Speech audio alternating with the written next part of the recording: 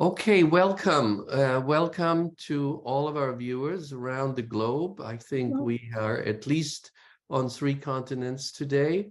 My name is Michael Brenner. I'm the director of the Center for Israel Studies at American University in Washington. And it is my pleasure to welcome you to our very timely discussion today. I would also like to acknowledge our cooperation in today's program with the International Legal and Comparative Legal Studies program at the Washington College of Law. I think all of you have heard by now about the attempts of the present Israeli government to initiate a radical judicial overhaul. We're very privileged today to have former Israeli Chief Justice Dorit Beinisch with us to discuss these issues. And I can hardly think of a more qualified person to talk to us about these very specific questions. Dorit Beinisch was born in Tel Aviv. She received her LLB and LLM from the Hebrew University in Jerusalem. And Justice Beinisch began her professional career in public service, first as assistant to the Jerusalem District Attorney, then as senior assistant to the state attorney. And from 1976 to 1982, she served as director of the Department of Constitutional and Administrative Law at the state attorney's office. In 1989, she was appointed the state attorney of the state of Israel, in fact, becoming the first woman in Israel to hold that position. Serving as state attorney, Dorit Beinisch focused on fighting corruption, dealing with issues of human rights, based on both Israeli and international law, and ensuring compliance with the law by police and security forces. In 1995, Dorit Beinisch was appointed Justice of the Israeli Supreme Court, and in 2006, she became the first woman named President of the Israeli Supreme Court, something we're still waiting for here in this country. As a justice, Dorit Beinisch ruled in numerous cases relating to human rights, minority rights, terrorism, and national security. Among her numerous court opinions is a decision holding that parents cannot use corporal punishment against their children, a decision ruling against privatization of prisons in Israel, holding that a privately managed and operated prison violates the constitutional rights to personal freedom and human dignity, and a decision finding that a portion of Israel's unlawful combatants law authorizing administration detentions violated a detainee's right to liberty. And I can go on and on. Dorit Beinisch always stressed in her decisions the importance of protection for the rights of women, children, and the weak in society. She was awarded quite a few honorary doctors of philosophies by the Hebrew University in Jerusalem, by Ben Gurion University, by the Weizmann Institute of Science, by the Hebrew Union College, and also honorary fellowships by the Interdisciplinary Center in Herzliya and the Tel Aviv-Yafo Academic College. She's also an officer at the French National Order of the Legion of Honor. So by now, you know why she is probably more than almost anyone else qualified to talk about our topic today. Welcome, Justice Beinisch. I really appreciate it that you take the time to speak to us today. And I know how busy you are these days in the Israeli public discourse. I think it's important for us outside Israel as well to better understand what is going on. So let us start with some background. Something that is hard to understand outside Israel. Israel has no formal constitution, but it has basic laws. Israel has, of course, a Supreme Court, but its justices are selected in a different way than in the United States. So maybe you can explain to our audience first some of the basics of Israeli constitutional laws that are being questioned now. Thank you, Michael, for your introduction. Everything was me probably, but I was wondering. This is a long story. Well, it's a long life story. And so thank you and good afternoon to you. Good evening to our people here. And I don't know how I can describe this crisis that we are in now. This is something that you have to really feel what we have, what is the background of our system, our legal system and the system of government. And this is, as you said, very different from what you have in the United States or many other countries. Well, I really believe that each country, each state has its own system based on culture and history, on values. It's very special to the state in which the court functions. So the system is different, and our is maybe more different than others, again, because of our history and what happened here in the story of Israel, actually. So the state of Israel, as you mentioned already, was established, was founded without a constitution. In the years where after a wake of World War II, most of the countries in Europe were introducing constitutions. For many reasons, we didn't have one. I'm not talking about, of course, the oldest constitution of the United States. So probably for many reasons, as I said, political reasons of that time, security, religion, following also the British system, parliamentary system, it was decided by our founding fathers, by Ben-Gurion, not to have a constitution. He couldn't make it. Although there was an obligation in our Declaration of Independence to the UN that in a few months we'll have a constitution. It didn't happen until today. What was the story? It was decided in our Knesset that instead of a constitution, we'll have basic laws, and each basic law will be a chapter in our constitution, in our future constitution. This was in 1950.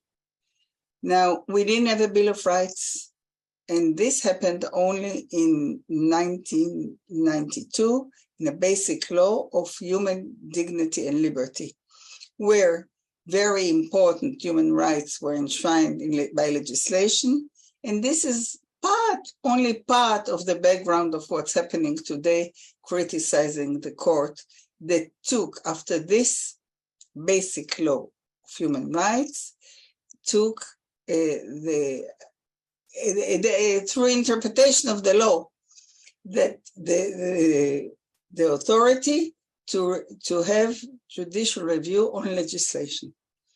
Because our memory wasn't medicine, because the court decided, and this is how it is, that the Knesset, our parliament, really limited its power of legislation when it has to do with human rights, and there are limits on the power of the Knesset to legislate by this basic law, which means only proportionate, only for a good purpose, only for reasons, could be a legislation that will infringe upon human rights. So, and then the court had to interpret, this was our interpretation, the court's, not mine, I wasn't there then, that it's the power to review legislation. This wasn't accepted very happily by the Knesset, but it was accepted. I don't want to enter into details. Actually, what happened during our history, very important rights were introduced to our system by the Supreme Court, by the founding fathers of Supreme Court in the 50s, 1953, 1952. The right to vote, to be elected, the freedom of expression, freedom of vocation, all those were introduced by a very important court that started our legal path. And during many years, with great achievements of our great judges at the beginning. And then, but they could not, and until this basic law of 1992, they could not review legislation. This was the only limit on the court. You know, a court develops its system during the years, historically every court, reacting to social problems, to problems of society, to problems, political problems that come to the court, different issues that are brought to the court. And to us, it's only the Supreme Court that has to deal with petitions that review administrative decisions, government decisions, and as I said, mentioned legislation that infringes upon the rights enshrined in the basic law of human liberty and dignity and liberty. This is the picture of the power of the court. From time to time, there was criticism in public or by politicians, especially by politicians, that the court is an active court in the last 20 years or more. I mean, there is a kind of a legend in our history that the first period of judiciary, the court was very, very restrained, which is not exactly the right picture, as I mentioned before. They did a lot in the field of civil liberties, a lot. But as I said, they were limited in the power to review legislation. Since 1995, after the interpretation given to the basic law of human rights, this became an issue in our society. Now, I must say the court has a lot of work, the system of the court working, very different from your Supreme Court. This is the first and last instance for judicial review on government decisions on political, or not exactly political, but issues of administration of the government. And this is only in the Supreme Court, ministers in the government, to review or their decisions. Petitions, everyone can bring a petition to the Supreme Court. Doors of the court are open without demanding a strong right of standing. And this was also not very much liked by politicians, but this gave the opportunity to minorities, to groups that are weak, like migrants, people from the territories, to approach the court and to get their rights protected by the court. Now, the situation is that in our system, there are three branches of government. Of course, it's the three government branches that we know: the Knesset, the legislature, the government, the the executive branch, and the courts and the judiciary. Those are the three branches of government. Very different from other countries. We don't have two houses of parliament or a Congress, only one Knesset, which consists of 120 members, no supervision for a higher house of legislators. We don't have all those checks and balances that your system has and other systems have. And the power, the authority is concentrated in the hands of the government, which has no other institution that can review. And that's why I said the checks and balances are kept in the hands of the Supreme Court, actually, because no other institution could review, could change a decision, but the government itself. Now, in our system, the government is very strong in the Knesset because we have built on a constitution, on a coalition, a coalition. A coalition, it makes the government dependent on small parties that are together with the biggest, largest party, can combine a government. And this is what happens So they are dependent in their partners through the bigger party, and this is a coalition. Sometimes a minority, I mean a political minority, a small group and a small party could be very influential and very strong because the government is dependent on that coalition. As we don't have separation between religion and state, church and state, religion and state, that means that parties that are religious parties are very influential in a coalition when it is a coalition with those parties or other, and now we have extreme parties, nationalistic, I must say, very extreme, or religious and national, and the government, to form a government, the prime minister has to come to an agreement with all those smaller parties, and this is now our political situation, that very much of these fragments of government are influential on the policy, the politics of our government, which is a problem, of course. The question is now, and the court is very famous being an independent court, and we need an independent court because, as I said, we have no one else to care for separation of powers, to protect human rights, if not, and to prevent corruption in government, but by the court. And as there is a free access to the court and petitions come to the court, it's not a political court. And this is what's so important. I'll explain how we select the judges. And we were always very proud that this is an apolitical court, because if it's a political court, in our circumstances, this means that the court is actually not independent. But because we don't have any check, as I said, on the decisions of the court. I mean, no one. It's not an end of the legislature. We don't have the veto that you have of the president or so. This is the picture of our government system.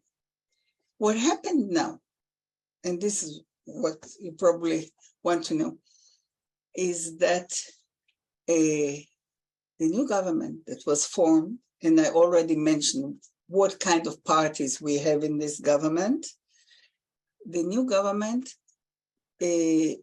decided, and they were ready to that, to make a weak court, to have a weak court. And actually, what we are so worried, not only a weak court, to control the court, which means to change the system of appointing judges or selecting judges.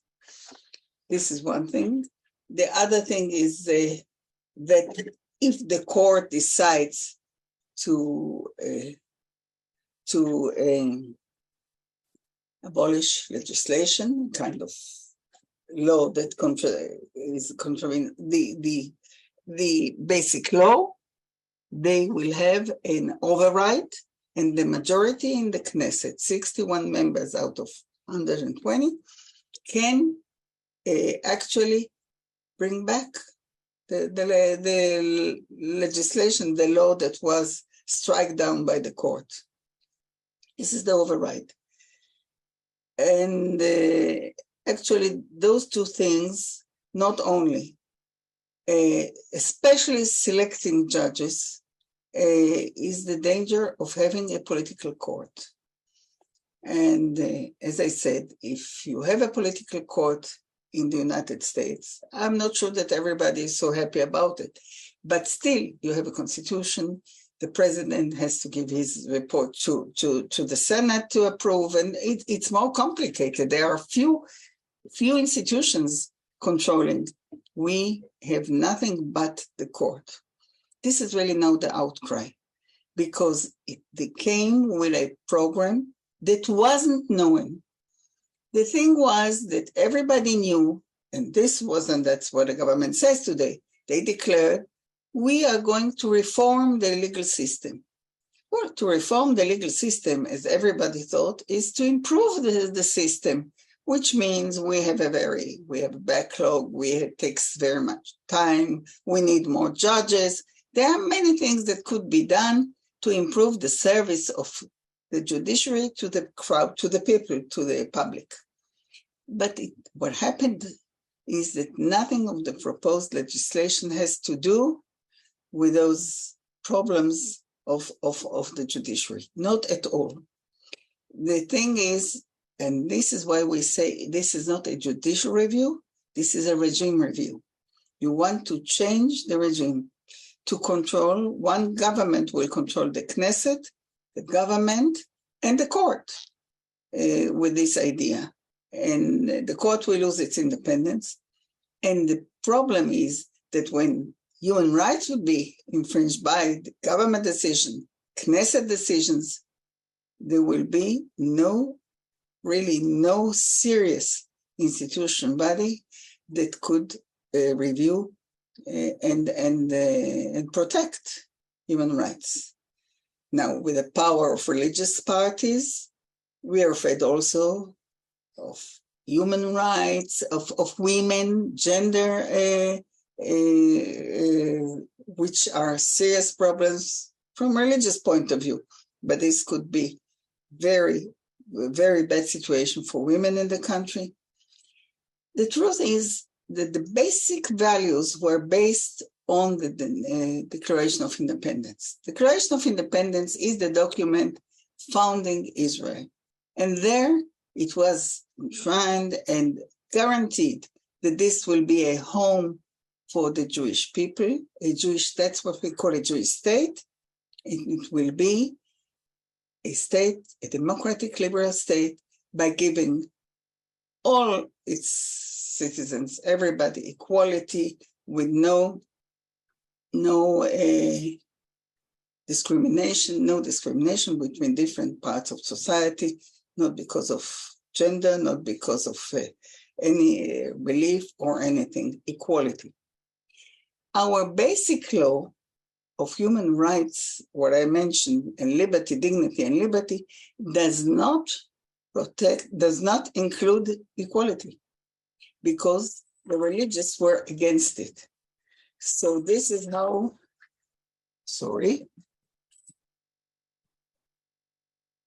and this is how the court had to introduce equality without having a strong basis for equality in the basic law.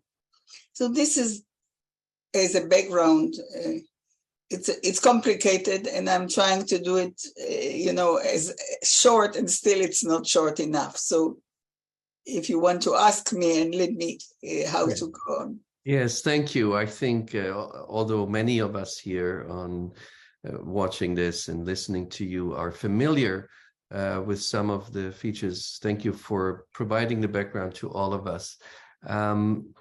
There are some talks underway now for compromise. There are different committees. There's the President Herzog, of course, who is very much involved. Do you, as a former Chief Justice of Israel, see a chance of a compromise that would satisfy both sides of this conflict, and that perhaps could even bring something positive out of this debate? Well, strangely enough, these moments, literally speaking, our president had the speech on television, and I'm talking to you, so I didn't hear what he wants to show as the compromise that he suggests. I don't like the word compromise. I'll tell you why. This is not a political debate between the court and the judiciary and the attorney generals, who also have a problem that I didn't talk about yet, and another party. This is not negotiations between two parties, the way I see it. I think we have to stop the legislation that the Knesset now runs to very quickly, because they can prepare for that, and to open the issues for professionals from every field to see what are the real problems. Let's say we need a basic law of legislation, which means constitution and legislation, because One of the decisions of the new government is that the court will not review basic laws. Those are protected, but we have no definition what is basic law. So if you want to prevent the court from touching it, you can call every law basic law, because there is no legal constitutional definition. What is a basic law? Basic law should be, as I said before, chapters of our constitution. And those are very few laws, and they should be really immune and no one can interfere. But those are not laws. And what they do now politically, every week, every month, you can have a new basic law, changing the former basic law, because with a lack of law of legislation, we don't know how you can change the law, how you can amend it, what happens. So this is too fragile. And I'm coming to say that this is not a matter of, in my eyes, not a matter of compromise. We have to sit down to discuss what wasn't done since the state was established. There were so many, suggestions and trying to do that and to bring a constitution, to bring chapters of constitution, but it didn't happen. And I think that we're in a critical moment to change the system, based on the values that we have and we developed during the years. And this should be done in cooperation of everybody, not through compromise, but to finding really research what should be done. And this could be done in a short time. It's not we don't have to start again for years, but we have to come to a conclusion what is needed now. Thank you. Actually, just to fill you in what President Herzog said a few minutes ago, it seems to be a very emotional speech. And he said the current legislation advancing through the Knesset needs to be discarded now and forever. Those bills are wrong, bullying, and endanger our democratic foundations. They must be replaced immediately with a different agreed upon plan. So these are pretty strong words. Yes. I think stronger than that's exactly, I think that this is what I really try to say that we have to do. I mean, you cannot go on with the legislation and to amend something, to correct something, and to go on this way. Very strong. The truth is that the president is worried, and we are all very worried. I didn't describe, I think everything that I told you until now was very much with understatement, really, this understatement. And this is not what really happens. What really happens now is after the push of the government to legislate this and actually to weaken the court, we never had such a reaction in public. We have all the time demonstrations of hundreds thousands people in the streets all the time, all sectors of public. No one thought, kind of demonstration like that you don't find usually in a liberal civil society, which is more or less quiet, satisfied with what they are doing. We never thought that it will look like that. And every day, thousands and thousands of people walking with flags, demanding to protect human rights, to protect the court. And you hear children sometimes, from kindergarten, from little children and their parents and everybody shouting in the street, democracy. This is what they say, democracy, because we are afraid that giving such excess of power to government leads to a regime, and then it starts with the court, but it doesn't end with the court. If we cannot review, there is no criticism on what judicial review on what's happening, then who knows what they will decide, and we lose our liberal democracy, which is so important. So this is now a real crisis, a real constitutional crisis. If we want to find a solution, we may find ourselves that the court will have to say that the new legislation is not constitutional. So what will happen? with this constitutional crisis. Who will decide? What will be decisive? Very, very worrying. So we already have a lot of questions from the audience, and instead of me asking more questions, and probably some which I asked already overlapped with some of the audience, I am looking at the questions. There is one by Dennis Linson who says, currently 3 judges, I guess justices it means, can block appointments to Supreme Court judges can block appointments to Supreme Court justices, right? That's a committee. Is this impartial or apolitical? Could you see any improvement to this process? So we're talking about selecting the justices, and what could the improvement look like? I must say, I really have to say that a lot of information about how justices are appointed are not correct. We hear it, one of the arguments that the government brings all the time, they say to the public, part of fake news, this is the only country where judges actually appoint themselves their own colleagues, their other judges or their justices. This is really not true. So I have to explain in very short, very brief, our system. Today, we have a committee that consists of 9 members, which is the Minister of Justice. Of course, it's the government, it's political.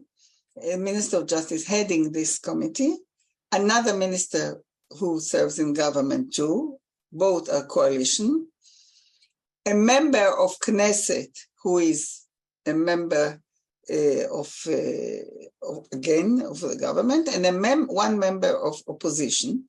Usually, those are 4 politicians, 3 Supreme Court justices, and 2 members of the bar, which now they want to change. So the thing is that according to the system, you need 7 members of this committee of 9 that has to agree on appointing a judge, which means it's not the 3 judges have a veto. The same veto the politicians have. You can't have 7 people in this out of 9 supporting a nomination to the court if there is no agreement between the politicians and the judges. So the judges can really say we don't want, and the politicians can say that they don't want. Usually, since this system came, it was different. We didn't need a majority of 7, 5 could be also enough. But since I think 2008, it's 7 members, and all the justices of the Supreme Court were selected in agreement between politicians and judges. And it's not appointed by judges. This is a game, and you hear it every day. Members of government and Knesset tell the story, only the judges appoint their own colleagues. Not true. So I think it's a good system. Actually, there is no perfect system for appointing to any job and to the court too. There is no perfect system when you have to select people, but a system that gives a voice and a chance to both, to all the branches of government actually, and to the professionals, and they have to come to an agreement, is relatively a good system. That's what I can say. Thank you. Then there is a question by Zev Primor who says, could you please distinguish the proposed override provision from the similar override provision of the Canadian Charter of Rights? That's a lot of asked in this discussion. And the proposed supremacy of Israeli laws compared to the supremacy of British legislation.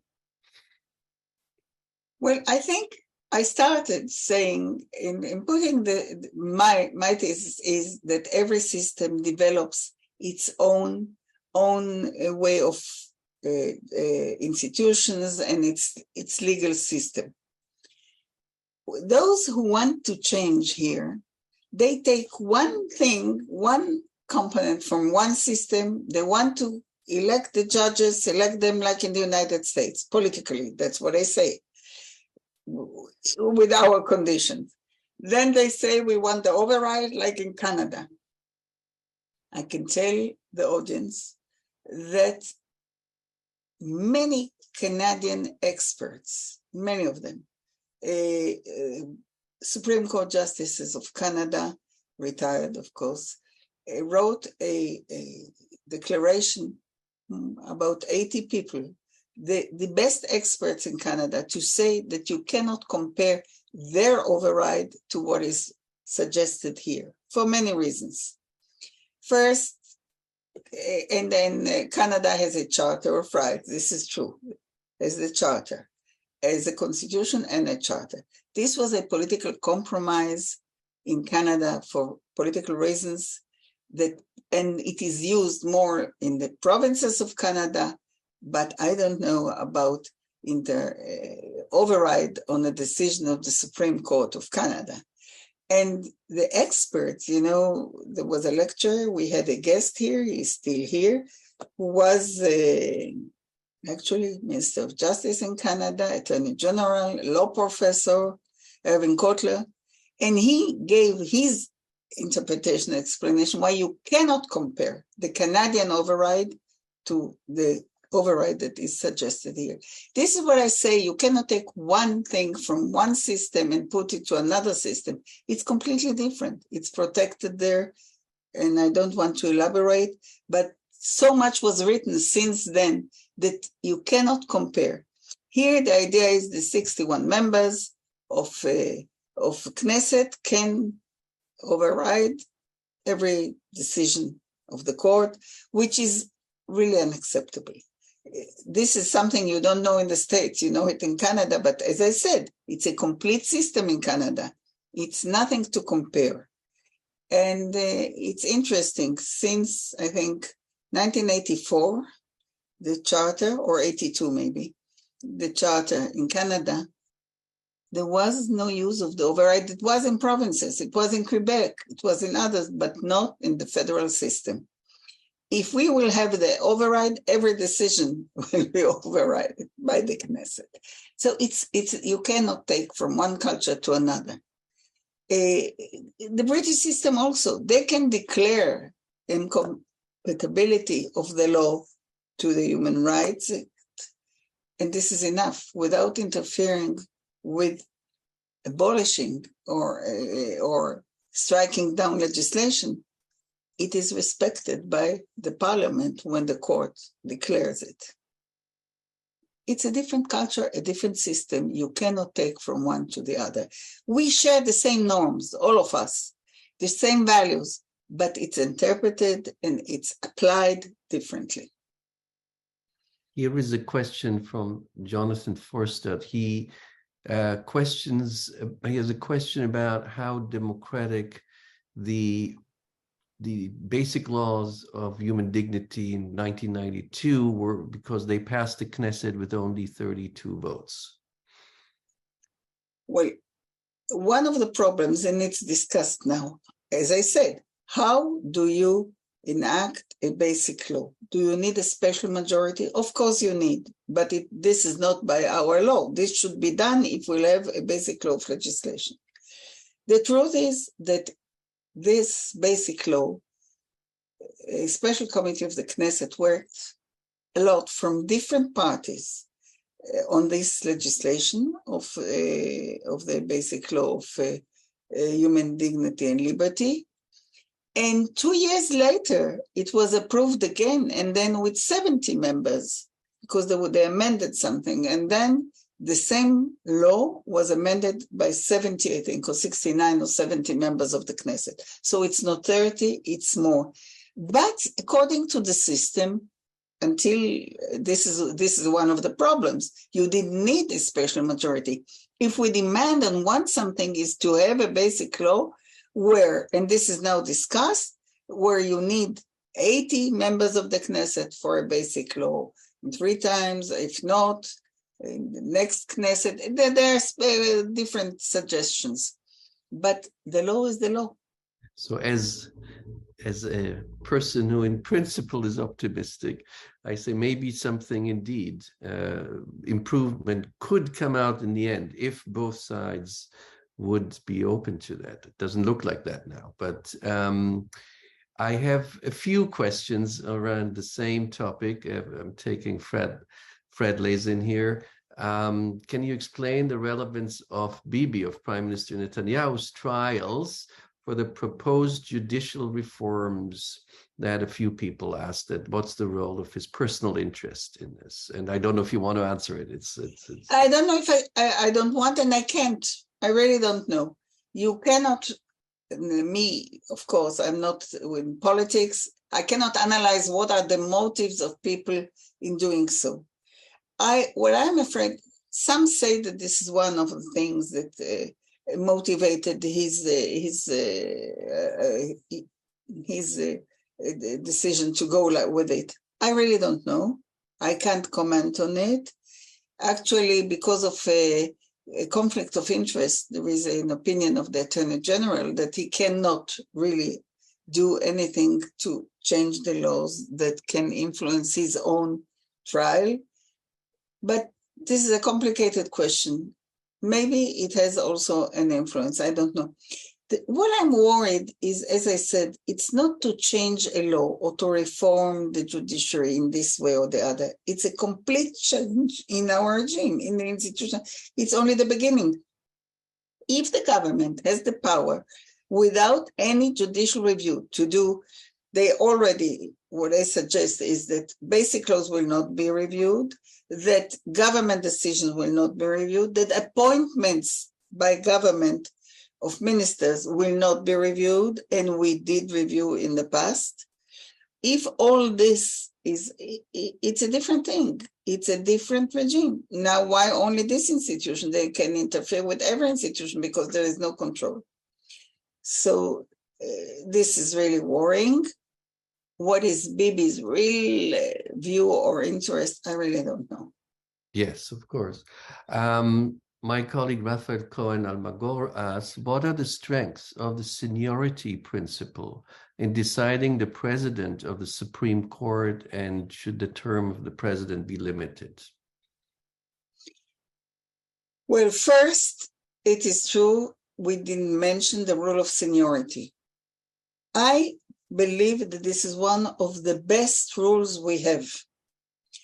Again, the reason, because then no justice has to prove to the government that he should be appointed, or to the committee that he should be appointed president. Everybody is equal, everyone can be, and seniority will protect the tension of inside the court of trying to become a president of the court. And I thought it's very important, because this changes, this gives the atmosphere, the real atmosphere among the colleagues. They don't want to, they can't, even if they want. Their turn comes when the seniority rule. Seniority means the one who sits more years in the court, and everything in the court is seniority. When we sit in panels, and our court sits in panels, how are we sitting? The senior judges first. And then this is the way we sit in court. This is if we enlarge the panel from 3 to 5, 7, 9, whatever, because this is what we do. We sit in panels of 3. This is because we have thousands of cases, and we sit every day in panel. If there is a decision to enlarge the court, it's by seniority. Everything is done by seniority. Now, I really believe that this is a guarantee for not having political fight, or to keep the real pure judicial discretion, and no other interest comes in. Every time in the last few presidents, it started with me, they didn't want the seniority. They wanted to choose, they decide, they as the politicians decide who will be the president. In a way, I think they don't really know what the president does, what it means. This is important, but not that important. I mean, it's not, this is what's so nice. Everyone can, a president could remain a minority opinion. Many times it happened to me too. So the idea that you have to control the president, unless you want to him or her to have a combination, how to form the panel that will sit, and we avoided it for years. We avoided this practice, although there is an authority. And we, as I said, we went through seniority. I think it's very important, and this is one of the issues now that they want to change, of course. Limiting the time, practically, this happens, it's limited. I mean, there were years ago, maybe President Shamgar was 10 or 11 years, and President Barak. Since then, the justices are not young enough to stay so long. That's no different from the United States. They'd have to retire. Yes, they have to retire at the age of 70. Yes. Yeah. That may be a good reform for this country as well. Yes, if people are talking about changing the system, there is a lot what to correct or to change in every system. Absolutely. Question what are we doing and what is the purpose of those changes? Speaking about political courts, right? And the appointment process. I have a few questions about the role of the Attorney General, because that's also very different from the United States. And the Attorney General, the present Attorney General, of course, has been very vocal and very outspoken and critical of the government. So the question is, maybe you can just tell our viewers a few words about the role of the Attorney General. Very important, I must say, and you will not be surprised, the reform, so-called, wants also to change and curtail the authority of the Attorney General. This is part of it. Because, and we are very proud of it, the Attorney General was never in Israel a political office. It's a professional one. Completely different than systems that the Attorney General is also the Minister of Justice, in a way, like or secretary in the States or in Canada. Or the Attorney General is a professional. He very independent, and he could, of course, he is advising the government on every issue, because the idea is that the government has to function legally by law, to enforce law, but also to act according to law. And this is, of course, the question of independence, a very critical moments for Attorney General. He is appointed by the government, but there is a committee that selects according to professional qualities, and our judgments decided that his opinion is binding on the government. And this is the point. It's binding because government has to act and perform according to law. And until it comes to the court, and if the court, of course, can say, sorry, the Attorney General was wrong, then the court's words are the final words. But until it comes to the court, he has to advise the government. This is our best guarantee for keeping the law in government, for preventing corruption by people that's if they want now to have, they say every minister, which is secretary in the States, every minister in the government could select his own attorney as an attorney, his attorney advising to this minister, to this office. And it is not binding. He can have and he can accept or not accept and bring someone else. This is very, very dangerous to the system and to keep the rule of law in government offices. So this is one of the fights now too. Here's another term that comes up in the discussions a lot. Donald Myers asked, a number of commentators on the issue of the scope of the court's review authority have expressed concern about the court's conduct in striking down laws based on a reasonableness standard. So that idea of reasonableness. And maybe you can say a few words about how this is being discussed. Yes, there is people have different views about the reasonableness that is used by the court. Actually, it is used more not in striking legislation, but in striking executive acts of the government, which should be reasonable. And there is, of course, a definition of reasonableness, which means you can see that everything was concerned and considered before taking a decision. This is part of taking a decision. What really bothers the government is that on that reason of reasonableness, the court decided years ago that if there is corruption of a minister in the government, he can be a member of Knesset if there are no limits for his to be elected to the Knesset, but he cannot be a secretary that runs a minister office who is responsible for the discipline of this office if he is indicted, and if he is, and this is the point. In reasonableness, this was the decision that Deri, minister who wants now again to be, he's in the government against the court decision. The court gave an order that the prime minister shouldn't keep him as minister after he is being indicted. There was an indictment in court. And now again, his nomination was struck down by the court. And now they want a basic law that will protect him in his office. And this couldn't be reviewed. This is part of... Now, some say that the court shouldn't use reasonableness, but only in... This is something from the administrative law taken from the British common law, from our common law, that we use it in our judicial review.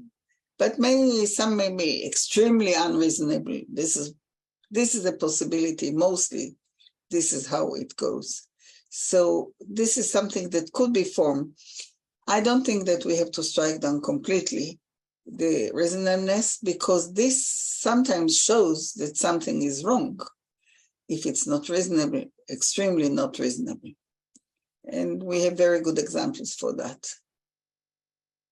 I expressed optimism before, but I also can see a very different scenario where the Knesset does decide in favor of the overhaul of these changes, and basically, and then the Supreme Court could say, but this is not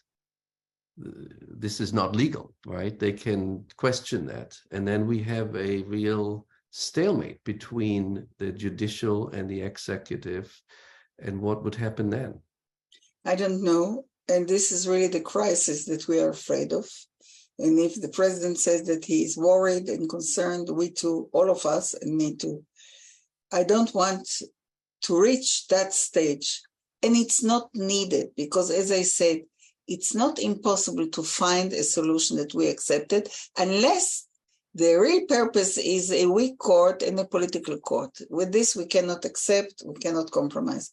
But if it's a real concern about what happens with the court and with our democracy, and who will protect human rights, and who will review the illegal decisions, if this is accepted as the basic norms that we are applying, we could come to an agreement.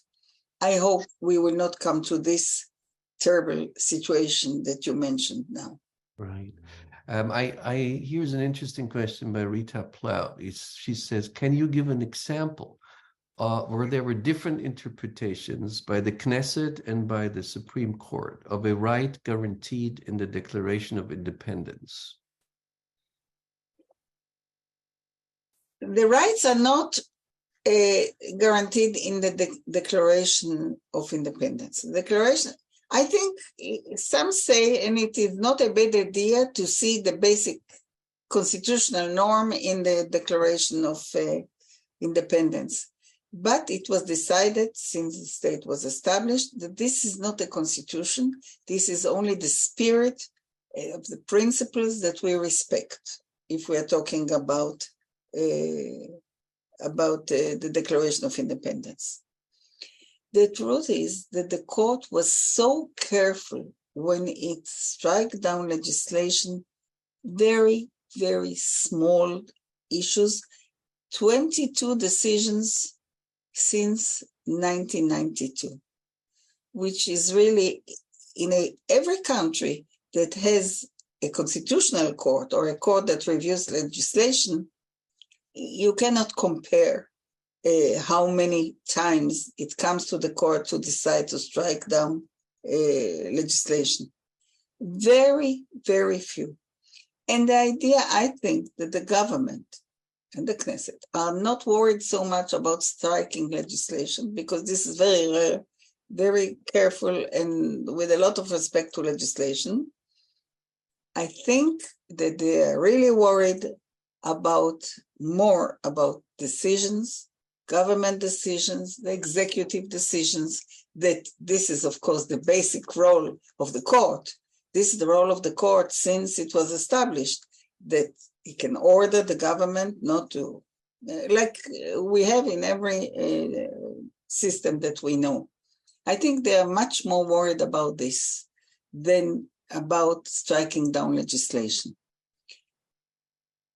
To order, one thing, what they were, the example that the politicians didn't like were on two issues, I think. The parties, the religious parties, the Haredic religious parties, who didn't want their yeshiva boys to go to serve in the military. During 30 years, there were experiments and suggestions how to solve this problem. There was one committee and another, 5 years to give them and to try and not to try. And at the end, there was a decision that because of equality, they should be mobilized and going to the military. This was one thing that still bothers. This is why they want the override for the religious parties. And another decision was that keeping people who came, refugees or in filters or those who are seeking for shelter in Israel who came, were kept on detention or arrested for more than a year, and the court says that you have to shorten the time that you keep them in arrest. Those are the two decisions that they can decide. Others, I don't know, very, very, very few, very few. Mm-hmm. There was my decision against the court, everybody joined against the private prison, but this didn't bother anyone, I think, because they were not very happy about their own legislation. Here's another question. It doesn't have so much to do with the changes now, but with the existing laws by Nancy Wine, saying 20% of people within the Green Line are non-Jews, mainly Arabs. Are you saying that they have equal rights even under the previous governments?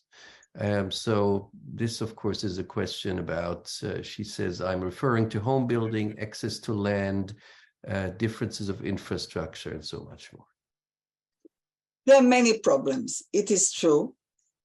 It's not illegal. I mean, the rights are protected by law. And the court decided many decisions. They are that saying they are Israeli citizens. They are entitled to the rights the same. And there are problems in society of discrimination. I cannot say that it doesn't exist. Of course, we know to sell, as you say, the land. Can they live in a settlement which is a special Jewish community? Many things, of course, exist, many problems. But I think what President Barak described, until the law of return, until you have the key to enter the country, there is a difference between someone who is Jewish and has the right to come and someone who is Arab. Once we are here, we are all Israeli citizens, and the Israeli citizens are entitled to the rights. I cannot say that everything in practice is perfect. There is a lot of improvement and change, and the court had a part in it, really an important part, I think, in implementing the equal rights. In life, not everything works in an application, but by law, there are equal rights, and the court tries to to apply it. Not rise, but does it. Well, we promised you to keep it to 1 hour. We're already a little bit over an hour.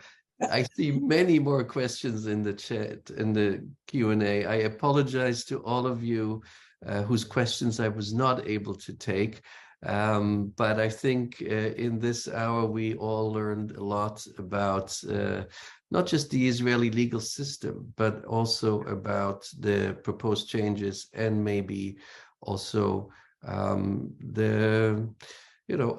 things that are not perfect in the Israeli law system. So I just want to take this opportunity, as things are really unfolding every hour in Israel, and we all will look closely to what President Herzog had to say tonight, and also what actually it means, because of course the president's power is also very limited in Israel. Very limited, but symbolically interesting. And of course it is also the Knesset in the end who does elect the president. So thank you so much, Justice Beinisch.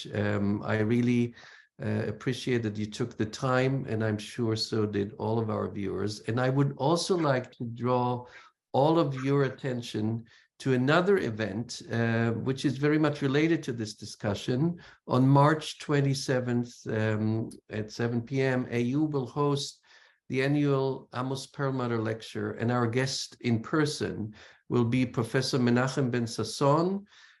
He was the president of the Hebrew University, but also the former chairman of the Knesset's Constitution, Law, and Justice Committee, and it was under his leadership when the Knesset undertook the last attempt so far to date to introduce a constitution for Israel. So his talk is entitled Israel's Lack of a Constitution and the Present Political Crisis. And if you're in the DC region, please join us in person. Here is a link to register in the chat. And again, he really tried. He tried to contribute to have a constitution. We all thought it's so important. It is.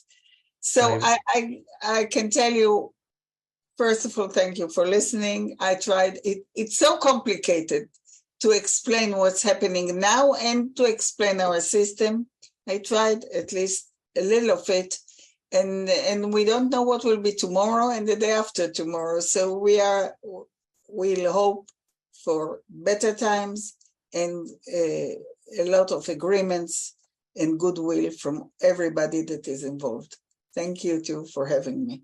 Thank you so much. And thank you all. Bye. Bye-bye.